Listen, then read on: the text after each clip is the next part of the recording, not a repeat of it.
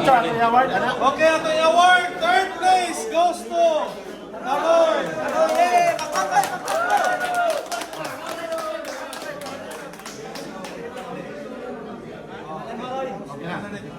Lingi na dito. Aroy from Davao.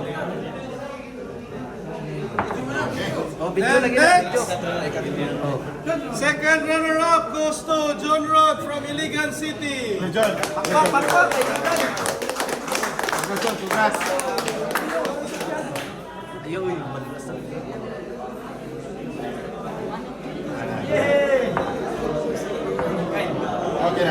the champion!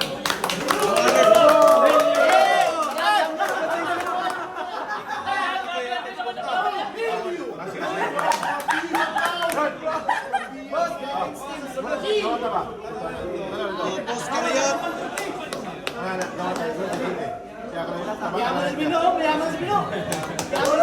Yan na yan, quiet sa. Mag-interview ta sa Lidaog. Ano masasabi mo?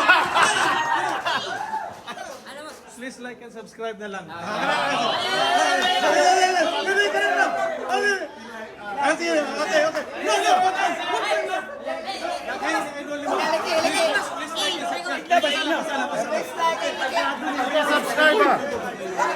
Okay.